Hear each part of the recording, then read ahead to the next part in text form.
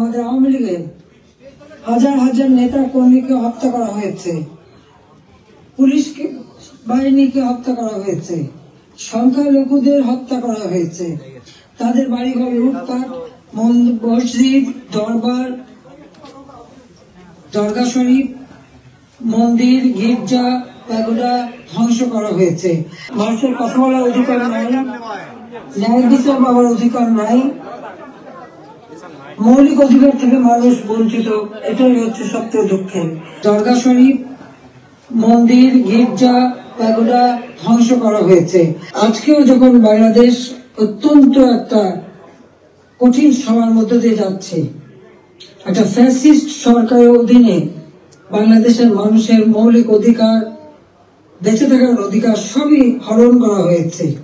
সারা বাংলাদেশ জ্বলছে, প্রতিটি প্রতিষ্ঠান আগুন দিয়ে পোড়ানো। সেই অবস্থায়ও প্রবাসীরা আজকে নির্যাতিত নিপীড়িত মানুষের পাশে আছেন। একজন সাধু চিন্ময় কৃষ্ণ দাস, তাকে গ্রেপ্তার করা হলো, কিন্তু তার পক্ষে আইনজীবী দাঁড়াতে পারবে না।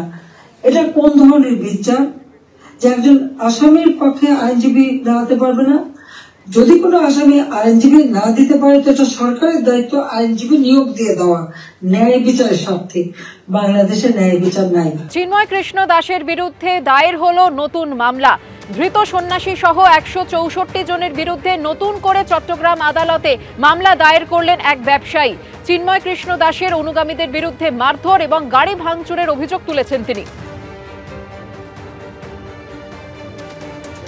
গোটা বিষয়টা খুব আনফর্চুনেট। আমরা দেখছি কি কিরকম যারা যারা চিন্ময় কৃষ্ণ দাসের দাঁড়ানো, ওনার সঙ্গে দাঁড়ানোর চেষ্টা করেছিল, ওদের সবার বিরুদ্ধে এরকম মামলা করা হচ্ছে। ওদের 70 জন যে আইনজীবী এসেছিল, আমি শুনেছি কি ওদের বিরুদ্ধেই মামলা করা হয়েছে, মারধর করা হয়েছে, ওদের চেম্বার ভেঙে দেওয়া হয়েছে। আর এখন অন্য লোকের মতলব এটাই চেষ্টা হচ্ছে কি যে কেউ চিন্ময় কৃষ্ণের সঙ্গে দাঁড়াতে আসবে ওদেরকে আমরা এরকম হ্যারাস করব। বিচার প্রক্রিয়া সম্পন্ন হলেই শেখ হাসিনাকে ভারতের কাছে ফেরত চাওয়া হবে বলে জানিয়েছেন মোহাম্মদ ইউনূসের প্রেস সচিব শফিকুল আলম। আর আজ ভারতের বিদেশ সচিবের সফর প্রসঙ্গে তিনি জানিয়েছেন পারস্পরিক স্বার্থ সংশ্লিষ্ট বিভিন্ন বিষয় নিয়ে আলোচনা হবে।